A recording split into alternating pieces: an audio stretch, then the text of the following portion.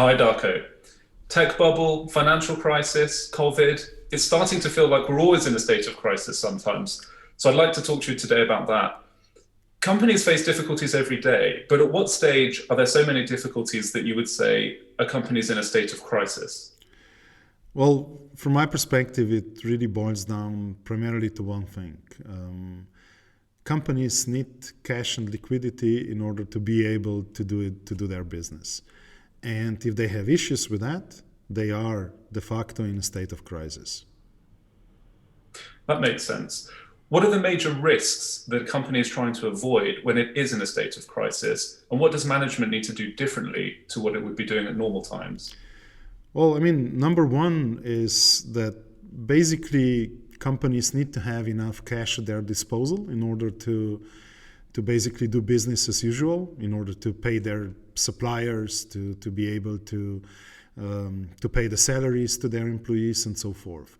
So that's number one, and that needs to be the focus of anybody in a state of crisis. They need to have enough cash at hand in order to sustain the business. Now, how to react is that they need to anticipate the burn that they have if they are making a loss. And that burn is connected with how long is their runway. So they need to understand for how long they have the cash, how long can they sustain the business without issues and problems. Now, when they establish that, they need to address the question of where can they find additional cash? So what kind of funding, what kind of help options they have, either from the government or the banks. I mean, in current state of COVID-related crisis, there's been a lot of various instruments provided by the governments for the companies to assist in those topics. Now, after that, basically the companies should also look at the option of raising additional funds from their shareholders or from other investors, if possible. And based on the findings of all those questions mentioned earlier, they need to basically consider the answers that they were able to identify and decide and act.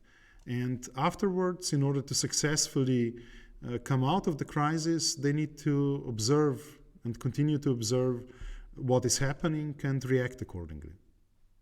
You mentioned raising money to see yourself through a crisis, but especially for a small company, a funding round can take 6 or more months, but a crisis can be here within 1 month.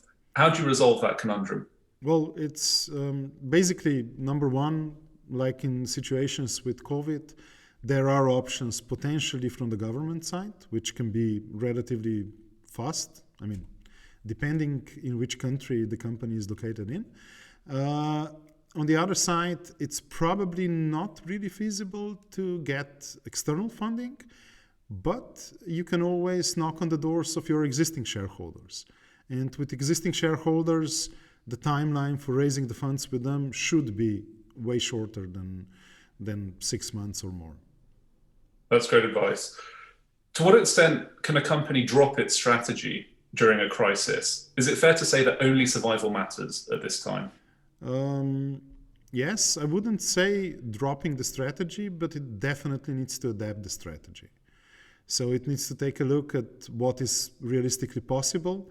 That's why I was also mentioning the questions like where are you with the burn, what kind of run rate do you have, how long do you have, and so forth. And once you've identified those topics, you need to adapt the strategy accordingly in order to increase the chances of your survival. Because, I mean, that's a fact that if you hemorrhage cash and you don't have cash in the account and you're not able to pay your bills, you will fail.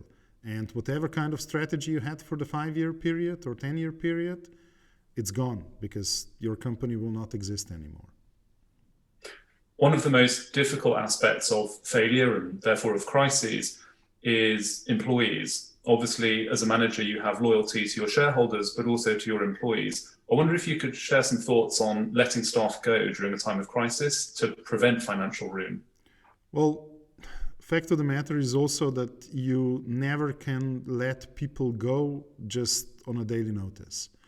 So it's always a process that takes a bit longer. That also means then when you are in a state of crisis, you should primarily think about options how you can boost your revenues, and with that, how you can increase the intake of money from the business, and basically finance also the employees and the whole business with that, rather than by just cutting costs.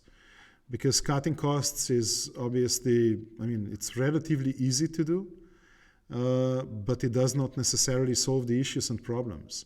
Just to give you an example, if you've got a lot of employees and your utilization of those employees is not at the right level, just lowering the number of employees will probably not increase your successfulness, because probably their utilization could be the cause of bad processes and so forth.